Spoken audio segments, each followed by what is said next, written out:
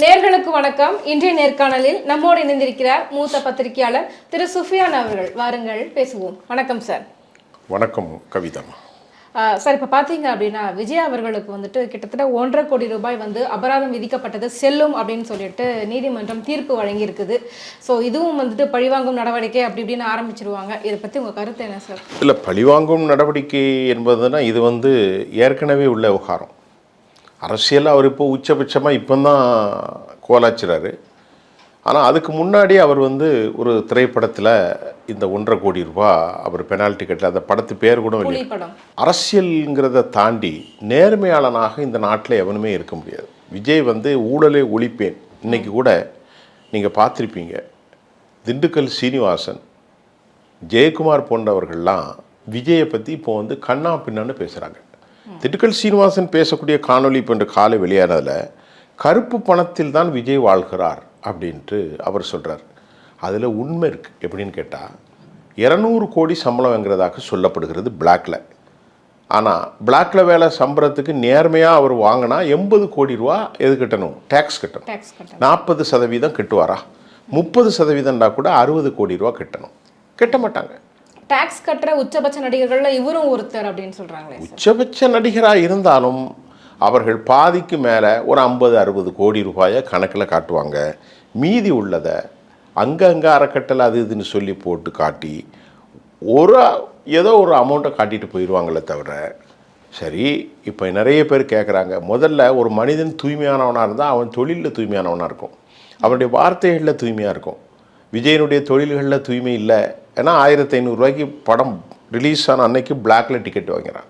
அப்போ பிளாக்கில் டிக்கெட் வாங்குறதுக்கு இவர் உண்மையாக சொன்னால் என் படத்துக்கு பிளாக்கில் விற்கக்கூடாது, தியேட்டரில் எல்லோரும் க்யூவில் நின்று வாங்கு, இல்லை ஆன்லைனில் வாங்கு. 40 ரூபா டிக்கெட் 40 ரூபா, 100 ரூபா டிக்கெட் 100 ரூபா அப்படின்னு விற்க முடியுமா? அது அவருக்கு செய்யக்கூடிய ரைட் இருக்கா? அவருக்கு ரைட் இல்லை. சார், அவருக்கு ரைட் இல்லை, அது நான் என்ன சார் செய்ய முடியும்? ப்ரொடியூசர் தான் அவங்களுக்கு நிறைய பணம் போட்டிருக்காங்க அப்படின்னு அவர் சிப் ஆகலாம். சரி, அவர் வாங்குகிற சம்பளத்துக்கு கணக்கு வந்திருக்கா? அந்த கணக்குன்னு சொன்னால் இன்றைக்கி 1.5 கோடி ரூபா போட்டிருக்கிறாங்க. ஏன்னா அவர் ஏன் 1.5 கோடி போட்டிருக்காங்க? அவருடைய சரியான கணக்கு வழக்கை காட்டவில்லை என்பதற்கு தான் 1.5 crore அதை தள்ளுபடி செய்யணும்னு அவர் வங்கி நீதிமன்றத்தை அணுகுனா அது அதாவது அவங்க ரெஃப்யூஸ் பண்ணிட்டாங்க. இல்லை, நீங்கள் ஆடிட்டிங் முறைப்படி கரெக்டாக பணம் பெனால்ட்டி கட்டணுங்கிற மாதிரி ஒரு தீர்ப்பு வந்திருக்கிறது. இதனால் ஒரு தீர்ப்பு வந்த உடனே இது அவருக்கு அரசியலில் பெரிய பின்னடைவானா? எந்த பின்னடைவும் இல்லை. ஏதோ பேசுகிறதுக்கு ஒரு கருத்து தான். இவ்வளோ நாளும் எடப்பாடி பழனிசாமி போன்றவங்க அவருக்கு மயில் ரெக்கையை வச்சு மேலே தடவி கொடுத்துட்டு இருந்தாங்க. இப்போது திண்டுக்கல் சீனிவாசன் மாதிரி ஆளை வச்சு பேச வச்சுருக்கிறாங்க. அதுதான் உண்மை.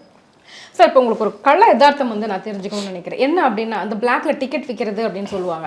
பிளாக்ல டிக்கெட் வைக்கிறதுக்கும் நடிகருக்கும் ஏதாவது சம்மந்தம் இருக்கா? ரெண்டாவது விஷயம், இது தயாரிப்பாளருக்கும் ஏதாவது லிங்க் இருக்கா? சினிமா தியேட்டர் பண்ணுற விஷயங்களுக்கு நடிகர்கள் எப்படி பொறுப்பாவாங்க? இது காவல்துறை நடவடிக்கை எடுக்க முடியாதா? எனக்கு இந்த 4 கேள்விகளுக்கும் பதில் கிடைக்குமா? அதாவது திரைப்படம் என்பது ஒரு மல்டி டைமென்ஷன், ஒரு செக்டோரியல், அதாவது பல வகை. படத்துக்கு இன்வெஸ்ட்மெண்ட் பண்ணுறவன் ஒரு ஆள் தயாரிப்பாளர். அவருக்கு தான் நிறையா பொறுப்பு இருக்குது. அந்த படத்தை தயார் பண்ணி அந்த படத்துக்கு டிஸ்ட்ரிபியூஷன் செஞ்சு ஏரியாவை பிரித்து அதற்கான இசை ரைட்டு, படத்தினுடைய காப்பி ரைட்டு, டொமஸ்டிக் மற்றும் அப்ராட் எல்லாமே அவருக்கு தான் பொறுப்பு. யார் பணத்தை முதலீடு செய்கிறாரோ அவருக்கு தான் அந்த உரிமை. இப்போ இளையராஜா போன்றவர்கள் இடையில எனக்கு உரிமை வேணும் அப்படின்னு கேட்டார். எந்த விதத்திலும் நியாயம் இல்லை. ஒரு படத்துக்கு 8 கோடி ரூபா 5 கோடி ரூபா வாங்கிட்டு அவர் போயிடுறார். அவருக்கு எந்த உரிமையும் இல்லை. ஆனால் அவர் ஒரு புதிய விளக்கத்தை கொடுத்தார். இல்லை, நீ இப்போ நான் உங்கள் கம்பெனிக்கு உங்கள் வீட்டுக்கு வரேன், நான் தான் ப்ரொடக்ஷன். நான் என்ன ப்ரொடியூசர் பண்ணுறேன்? நான் டிசைன் அழகாக டிசைன் பண்ணுறேன். நான் டிசைன் பண்ணி ஒரு கிளாத்தை உற்பத்தி பண்ணுறேன், விற்க வரேன் மார்க்கெட்டுக்கு. நான் நல்லா பாடுறேன், நல்ல கிளாத்தை உற்பத்தி. நான் I'm manufacture, I am creator, I sell to you. நான் உங்களுக்கு விற்பனைக்கு வர்றேன். நான் பணத்தை கொடுத்து வாங்கிட்டேன். இசையை பணத்தை கொடுத்து வாங்கிடுறேன். மறுபடியும் இவருக்கு எப்படி உரிமை வரும்? அப்போது முதலாளிக்கு தான் அந்த உரிமை இருக்குது. உனக்கு இசை நீ சும்மா போட்டால் சொல்லலாம், நீ காசு வாங்கிட்டு தான் பண்ணுற. அதை மாதிரி அந்த படத்தில் நடித்த எனக்கு உரிமை இருக்குன்னு நடிகன் சொல்ல முடியாது. அப்போ எல்லா உரிமையும் யாருக்கு இருக்கிறது? ப்ரொடியூசருக்கு தான். இப்போ நடிகன் நடித்து விட்டு பணத்தை வாங்கிட்டு ரஜினிகாந்தோ அஜயோ விஜயோ போயிடுவாங்க. அதுக்கப்புறம் அந்த படத்தினுடைய உரிமைகள், அந்த படத்தினுடைய காப்பிரைட்டு, அந்த படத்துக்கு ஏற்படக்கூடிய சட்ட லீகல் அண்ட் லெஜிட்டிமேட் ஆக்டிவிட்டி யார் என்று சொன்னா ப்ரொடியூசர் தான் ஷுட் பி ரெஸ்பான்சிபிள். இப்போ ரெண்டாவது ஒரு கேள்வினா, ஒரு ஏரியாவை விற்கிறார். இப்போ முன்னாடி தென்னார்காடு, சவுத்தார்காடு, வடார்காடுன்னெலாம் பிரிப்பாங்க. Chennai area A centre, B centre, C centre. முதல் சென்னை மாநகராட்சி, மும்பை, இந்த மாதிரி ஒரு விஷயங்கள். அதுக்கப்புறம் மதுரை, அதுக்கப்புறம் திருநெல்வேலி, கன்னியாகுமரி, அப்புறம் சி சென்டர், அப்படி கீழே போவோம். இந்த விஷயத்தில் ப்ரொடியூசருக்கும் படத்தை ரிலீஸ் பண்ணுறவங்களுக்குள்ள ஒரு அக்ரிமெண்ட் இருக்கும். இப்போ ஒரு படத்தை இத்தனை நாள் ஓட்டினா ஒரு 50 கோடி இல்லது 10 கோடி இல்லது 5 கோடிக்கு விற்றுருப்பாங்க. விற்கும்போது அவங்க கணக்கு போடுவாங்க, ஒரு நாளைக்கு இத்தனை ஷோ ஓடுது. இப்போ உதாரணமாக ரஜினிகாந்த் ஷோனா ஒரு வாரத்துக்கு ஒரு நாளைக்கு 4 ஷோ பார்த்தாலும் ஒரு 30 ஷோ ஓடிடும். குறைஞ்சபட்சம் ஒரு நாளைக்கு 4 ஷோனா 10 நாள் நல்லா ஓடிச்சுன்னா 40 ஷோ, 40 காட்சிகள். ஒரு காட்சிக்கு இவ்வளவு ஒரு அரங்கத்தில் இருக்கும் கணக்கு. ஒரு நாளைக்கு ஒரு காட்சிக்கு ஒரு 50 லட்சம் கலெக்ஷன் ஆகுதுன்னு வைத்துக்கொள்ளும். ஒரு உதாரணத்திற்கு 4 காட்சிக்கு எவ்வளோ வரும்? 2 கோடி ரூபா ஆயிரும். ஒரு பேஜ் சொல்ல வரேன். 2 கோடியில் 1 கோடி வச்சுக்கிட்டாலும் 10 நாளைக்கு 10 கோடியிலேருந்து 15 கோடி கலெக்ஷன் ஆகும். அலையமா? இப்போ தமிழ்நாடு ஃபுல்லாக அந்த மாதிரி காட்சிப்படுத்தினா சில சென்டரில் ஒரு நாளைக்கு 1 கோடி கலெக்ஷன். அப்போனா அதே மாதிரி 1 கோடி கலெக்ஷன் இருக்கிறதுல எத்தனை சென்டர்? 1.5 கோடி கலெக்ஷன் இருக்கிறதுல எத்தனை சென்டர்? 30 to 50 லட்சத்துக்குள்ளே எத்தனை சென்டர்? 10 to 20 இருக்கிறதுல என்ன சென்டர்? 1 லட்சம் to 10 லட்சம் இருக்கிறதுல கால்குலேட் பண்ணுவாங்க. இப்போ தமிழ்நாட்டில் எவ்வளோ 4000க்கு மேற்பட்ட தியேட்டர் என்னமோ இருக்குன்னு கணக்கு. அதில் ஏ சென்டரில் எவ்வளோ கலெக்ஷன் ஆகும், பி சென்டரில் எவ்வளோ கலெக்ஷன் ஆகும், சி சென்டரில் எவ்வளோ கலெக்ஷன் ஆகும், படத்தினுடைய காப்பிரைட்ஸ் எவ்வளோ, இதெல்லாம் அதில் இருக்குது. இதற்கு ஏற்றவாறு அவர்களுக்குள்ள ஒரு ஒப்பந்தம் இருக்கும். யாருக்கு இருக்கும்? ப்ரொடியூசருக்கும் சினிமாவுடைய ஏரியா டிஸ்ட்ரிபியூட்டருக்கும், அல்லது ஏரியா டிஸ்ட்ரிபியூட்டருக்கும் திரை பண்ணுறவங்களுக்கும் இருக்கும். நேரடியாக ப்ரொடியூசருக்கும் ஏரியா டிஸ்ட்ரிபியூஷனுக்கும் இருக்கலாம், இல்லது டிஸ்ட்ரிபியூட்டருக்கும் திரை ஓனராக இருக்கலாம். இதுக்கு நடிகர்கள் பொறுப்பாக முடியாது. ஆனால் அரசியல் தனமாக இதை நீ எப்படி 1500 கேட்குறது, அது அவருக்கான டசன் ஹாவ் எனி ரைட்ஸ் தான் நான் பார்க்குறேன். கண்டிப்பாக ஒரு நல்ல விளக்கம் வந்து ரொம்ப நாள் எனக்கும் இந்த சந்தேகம் இதான் புரிஞ்சுது. உற்பத்தி பொருளை நான் வாங்கிட்டேன், நான் எப்படி விற்கிறேன் நீங்கள் கேட்கக்கூடாது. கண்டிப்பாக நீங்கள் நடிச்சுட்டு போயிட்டீங்க. கவிதா ஒரு ஆக்டர், நான் ஒரு கதாநாயகன், நான் ஒரு ப்ரொடியூசர். உங்களுக்கு எவ்வளோ காசு? 1 லட்ச ரூபா கொடுத்துட்றேன், 2 லட்ச ரூபா கொடுத்தா நீங்கள் ஆங்கர் பண்ணிட்டு போகிறீங்க, இல்லை நடிச்சிட்டு போகிறீங்க, இல்லை பாட்டு பாடிட்டு போகிறீங்க. அதுக்கப்புறம் நீங்கள் வந்து அதில் பேசக்கூடாது. நான் தான் காசு கொடுத்து வாங்கிட்டேனே, நீங்கள் இப்போ பண்ணுற ஷோக்கு நான் காசு கொடுத்துட்றேன், அப்புறம் நீங்கள் எப்படி எனக்கு உரிமை கேட்க முடியும்? அதை மாதிரி நடிகருக்கு ரைட்டு கிடையாது. எல்லாமே யாருக்கு ரைட்டு? ப்ரொடியூசர் யாருக்கு கொடுக்குறாரு? டிஸ்ட்ரிபியூட்டர் திரைப்படத்துறை. அவர்களுக்குள்ள இருக்கிற டீலிங் நமக்கு தெரியாது. இதுதான். கண்டிப்பாக. இப்போ திண்டுக்கல் சீனிவாசன் நீங்கள் சொன்ன மாதிரி வந்துட்டு விஜய் வந்துட்டு கருப்பு பணத்தில் வாழ்கிறார் அப்படின்னு சொல்லியிருக்காங்க. விஜய் வந்து சமீபத்தில் தான் சொன்னார், அதிமுக ஒரு ஊழல் கட்சி, திமுக பயங்கரமான ஊழல் கட்சி அப்படின்னு சொல்லிட்டு. இவர் இப்படி ஒரு வார்த்தையை சொல்லிட்டு இவர் மேலேயே இப்படி புகார் வந்திருக்குது. இது திட்டமிட்டு பரப்பப்படுற புகார்னு நினைக்கிறீங்களா? திட்டமிட்டு பரப்பல. என்ன பேசுவாருன்னு அவருக்கு தெரியாது. திண்டுக்கல் சீனிவாசன் நமது முதலமைச்சர் மோடி அவர்களே என்பர். சில நேரத்துக்கு என்ன அவர் பேசுகிறது எனக்கு ரொம்ப சிரிப்பாக இருக்கும். நம்முடைய பிரதமர் ஸ்டாலின் அவர்களே என்பர். பிரதம மந்திரி ஜெயலலிதான்னு வேறு சொல்வார். அவர் ஒரு கணக்கான கிடையாது. அதனால் அவருடைய பேச்சு வந்து ஒரு பெரிய அளவுக்கு நம்ம முக்கியத்துவம் கொடுக்கணுமா அப்படிங்கிற கேள்வி எழுது. இதில் என்ன பிரச்சனைன்னா, நேர்மையாளனாக இருந்தா, இப்போ அமெரிக்காவில் நான் நேர்மைக்கானவன் டொனால்ட் ட்ரம்ப் சொல்ல முடியாது. ஏன்னா அவர் வந்து செக்ஷுவல் ஸ்கேண்டெல்லாம் மாட்டியிருக்காரு. 1 இல்லை 2 இல்லை. அதனால் ஒரு மனிதன் தான் ஒரு டைனமிக் லீடர்ஸாவோ பரிசுத்தமானவனாக இருந்தால் அவனுடைய வாழ்க்கை தற்போது எப்படி இருப்பது என்பதை விட முன்னால் எப்படி இருக்கிறது அப்படின்னு பார்க்கணும். அப்போ அவர் ப்ரொக்ளைம் பண்ணுறார், நான் ஒரு ஊழலுக்கு அப்பாற்பட்டவன்னா படத்தினுடைய டிஸ்ட்ரிபியூஷனை தாண்டி அது உனக்கு பொறுப்பு இல்லைன்னு நான் சொல்லிட்டேன். அப்போ நீ வாங்குகிற சம்பளத்துக்கு கரெக்டாக பணம் டேக்ஸ் கட்டுறியா அப்படின்னா விஜய் இல்லை, எந்த நடிகனும் ரஜினிகாந்த் இல்லை, யாருமே கட்ட மாட்டாங்க. இதை வைத்து தான் ப்ளே பண்ணுறான். யார்? சிபிஐயோ சரி, இன்கம் டேக்ஸ் அதிகாரிகளும் சரி, என்ஃபோர்ஸ்மெண்ட் டைரக்டரோ சரி, இதெல்லாம் நடக்குது. அதுதான் இன்றைக்கி தமிழ்நாட்டில் நடக்குது. இதுக்கு விதிவிலக்குன்னு யாருமே சொல்ல முடியாது. கண்டிப்பாக சார். அதே மாதிரி இன்னைக்கு பீட்டர் அல்ஃபோன்ஸ் ஒரு நேர்காணலில் வந்து ஒரு விஷயம் சொல்லியிருக்கிறார், காங்கிரஸுக்குன்னு ஒரு நிலைப்பாடு இருக்கக்கூடாது, ஆட்சியிலும் அதிகாரத்திலும் பங்கு வேணும்னு யாருக்கு தான் ஆசை இருக்காது, ஆனால் நாங்கள் திமுக கூட தான் கூட்டணி அப்படின்ற மாதிரி சொல்லியிருக்கிறாரு. என்ன சொல்ல வராரு சார்? அதாவதுங்க, பீட்டர் அல்ஃபோன்ஸ் திரு கருணாநிதியினுடைய அன்பை பெற்றவர். இன்றைக்கி கருணாநிதி இல்லை, இருந்தாலும் அவர் திமுக காங்கிரஸ். அவர் அதாவது காங்கிரஸ் கட்சி அல்ல, திமுக காங்கிரஸ். இப்படி சில தலைவர்கள் இருப்பார்கள். திமுக காங்கிரஸ் என்றால் அவர் திமுகவுக்கு லாயலாக இருப்பாங்க. அந்த மாதிரி ஒரு தலைவர் தான் யார்? பீட்டர் அல்ஃபோன்ஸ். எனக்கு ரொம்ப நிறைந்த நல்ல நண்பர். நாங்கள் நிறைய நேரம் பேசுவோம். ஒரு வீடு அண்ணா நகரில் 15வது மாடியில் இருக்கார். இப்போ அவர் வந்து பவர்லெஸ் மினிஸ்டர் ஃபார் பவர் அப்படிங்கிற மாதிரி அவர் மூத்த தலைவராக இருந்தாலும் அவருக்கு இதில் எந்த விதமான ரைட்ஸும் இல்லை. ஒரு கட்சியின் தலைவர்ன முறையில் ஒரு கருத்து தெரிவிக்கலாம், ஒரு யூடியூபுக்கு பேட்டி கொடுக்கலாம். ஆனால் எனக்கு கிடைச்ச தகவல் டெல்லியிலேருந்து இதுக்கு அனைத்து காரணமும் instigate operation was being mat under the control of ராகுல் காந்தி.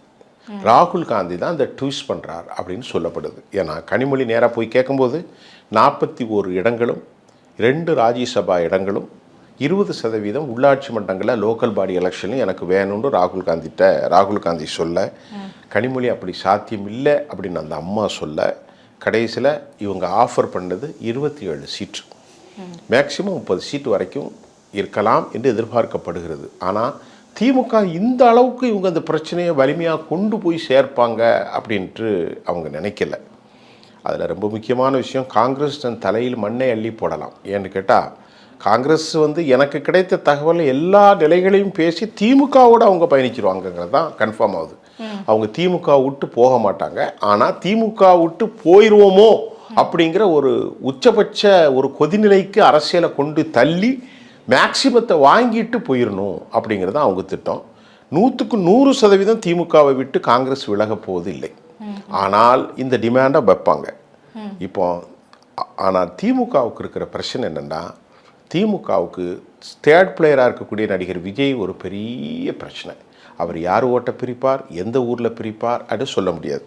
அதிமுக வலுவிழந்து தான் இருக்கிறது. ஆனாலும் ஓரளவிற்கு இந்த தலைவர்களெல்லாம் கொண்டு வச்சனால அது கொஞ்சம் வலுவை போன்று காட்சிப்படுத்தப்படுது. டிடிவி தினகரனும் பாமகவினுடைய தலைவரும் பாஜக இவங்க எல்லாரும் அதிமுக எல்லாரும் சேர்ந்து நாங்கள் 42%ன்னு சொல்கிறாங்க. 42% கிடையாது. ஆனால் இதனால் திமுகவுக்கும் ஆன்டி இன்கம்பன்சி, அரசு செயல்பாடுகள், லோக்கல் இஷ்யூகள், இதை தாண்டி ஒருவேளை பல இடங்களில் மிக குறைந்த வாக்கு வித்தியாசத்தில் தோல்வி நடக்கும். அப்படி நடந்திருக்கு.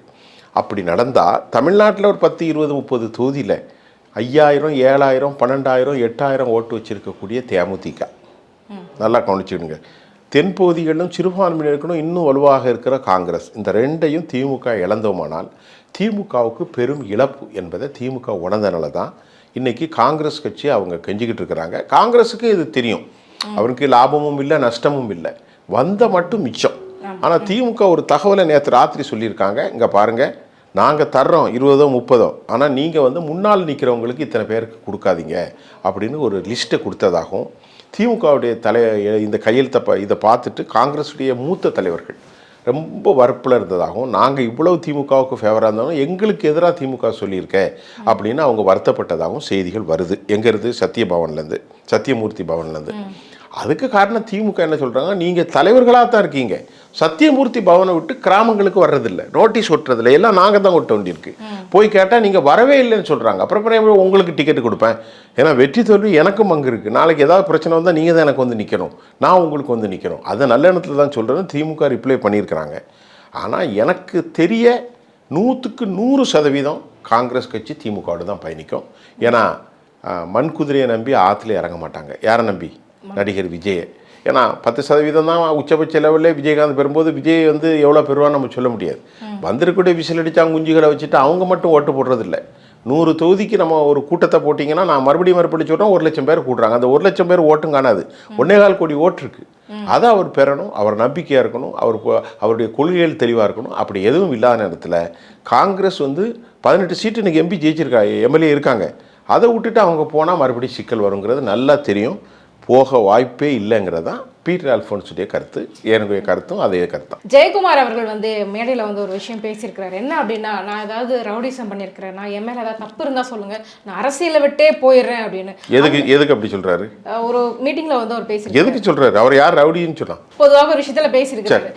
என் மேல தப்பு இருந்துச்சுன்னா சொல்லுங்க, நான் அரசியலை விட்டே போயிடுறேன், இத்தனை வருஷம் நான் அரசியல வந்து நான் இருந்திருக்கிறேன், வந்து என் மேல எந்த ஒரு தப்புமே கிடையாது, நம்பி ஓட்டு போடுறேன். இவ்வளோ ஒரு புனித ஆத்மாவா ஜெயக்குமார் அவர்கள்? இல்லை அப்படி இல்லை. அதாவது புனித ஆத்மா யாருமே கிடையாது. புனிதாத்மா யார் சொல்லுங்கள்? எல்லாரும் ரவுடிசம் பண்ணுவாங்க, எல்லாரும் பொம்பளை விஷயத்தில் சேட்டை பண்ணியிருக்காங்க, பொது சொத்தை ஆட்டையை போட்டிருக்காங்க. இதுதான் அரசியலுக்கான ஒரு தன்மை. அதை நம்ம அப்படி சொல்ல முடியாது. அது வந்து உள்ள வி டோன்ட் வாண்ட் நமக்கு அதை பற்றி இவ்வளவு போல்டா வந்து பேசியிருக்கிறாரு. அது சொல்லியிருப்பார். அது சரிதான். அவர் ரவுடிஷன் இப்போ கட்ட பஞ்சாயத்து பண்ணாருன்னா அப்படிலாம் ஒன்றும் பெரிய பேர் அவருக்கு இல்லை தான். இப்போ அதிமுக காரராக இருந்தாலும் அவர் கட்சியில் வந்து அவருக்கு ஒரு வார்த்தை என்னென்னா, நான் எல்லாருக்குமானவனாக இருந்தேன். ஒரு மீனவ சமூகத்தை சேர்ந்தவர், அவர் ஒடுக்கப்பட்ட சமூகத்தை சேர்ந்தவர். மா சுப்பிரமணியன் ஒரு ஒடுக்கப்பட்ட சமூகத்தை சேர்ந்தவர், மீனவ சமூகம், சென்னை வாழ் குடிமக்கள். அவர் ஜெயிக்கிறதுக்கு காரணம் ராயபுரத்தில் ஏராளமான இஸ்லாமிய கிறிஸ்தவர்கள் வாக்கு மலை போல குவிஞ்சது. அவர்களுக்கு ஃபேவரேட்டாக ஓட்டு போட்டாங்க. இன்றைக்கி வந்து பாஜகவோட நிற்கிறனால முஸ்லீம்கள் ஓட்டு போட மாட்டேங்காங்க. மண்ணடி எடுத்துக்கிட்டாலும் சரி, துறைமுக பகுதி எடுத்துக்கிட்டாலும் சரி, அவர் இருக்கக்கூடிய ராயபுரமாக இருந்தாலும் சரி, 1000 லைட்டாக இருந்தாலும் சரி, புரசைவாக்கம் தொகுதி, தென் சென்னை, தாம்பரம், இப்படி எல்லா பகுதியிலும் இஸ்லாமியர்கள் வாக்கு, கிறிஸ்தவர்கள் வாக்கு பெரிய அளவில் இருக்குது. செல்வராஜன் இருப்பான், அவன் கிறிஸ்தவனாக இருப்பான். குமாரன் இருப்பான், அவன் கிறிஸ்தவனாக இருப்பான். ஜோசப் இருக்கணும், அகஸ்டின்ஸ் இருக்கணும் அப்படின்ட்டுலாம் கிடையாது. ஹிந்து பேர்லேயே பல பேர் கிறிஸ்தவர் இருக்காங்க. அந்த வாக்கள் நிறைய இருக்குது. தலித் கிறிஸ்தவர்கள் இருக்கிறார்கள், தேவேந்திர குல வேளாளர் கிறிஸ்து இருக்கிறார்கள், முதலியார் கிறிஸ்தவர்கள், வெள்ளாளர் கிறிஸ்தவர்கள், நாடார் கிறிஸ்தவர்கள் எல்லாருமே இருக்காங்க. பறையர் சமூகத்து கிறிஸ்தவர்கள் இருக்காங்க. இஸ்லாமியர்கள் ஏராளமாக இருக்கிறாங்க. உருது பேசும் மக்கள் இருக்கிறாங்க, தமிழ் பேசும் இஸ்லாமியர்கள் இருக்கிறாங்க. அவங்க யாரும் ராயபுரத்தில் யாருக்கு ஓட்டு போட மாட்டாங்க. இவருக்கு என்ன காரணம்? இவர் நல்லவர் தான். யார் அவர் நல்லவர் தான். ஒரு பெரிய அடாவடியான ஆள் இல்லை தான். ஆனாலும் பல வருஷம் அம்மா இருக்கும்போது அவர் சபாநாயகராக கொண்டு வர அளவுக்கு நல்ல ஒரு மெச்சுவர். அம்மா கிட்டலாம் பேச மாட்டார், ரொம்ப மரியாதையான ஆளாக இருந்தார். இன்றைக்கி கொஞ்சம் அதிகமாக பேசுகிறதுக்கு காரணம் அம்மா இல்லைனால. ஆனால் அவருக்கு போடாத காரணம் பிஜேபின்னு நான் சொல்லலை, அவர் தான் சொல்லியிருக்கார். நான் உங்கூட சேர்ந்து தான் தோற்று போயிட்டேன், எனக்கு எவனுமே ஓட்டு போடலை என்று சொன்னது அவர் தான். சிவி சண்முகம் சொல்லியிருக்காரு, எக்ஸ்ட்ரா லக்கேஜி ஒன்றை தூக்கி செமக்கணுமா அப்படின்னு சொல்லிட்டு இன்றைக்கி வழி இல்லாமல் மிரட்டல் உருட்டலுக்கு அடி பண்ணி தான் இன்றைக்கி பிஜேபியோடு இருக்கிறாங்க. அதனால் பிஜேபிக்கு தான் லாபமே தவிர அதிமுகவுக்கு பெரும் இழப்பு. எங்கள் கேள்விகளுக்கு ரொம்ப சிறப்பான பதில் சொன்னீங்க சார். ரொம்ப நன்றி. நன்றி.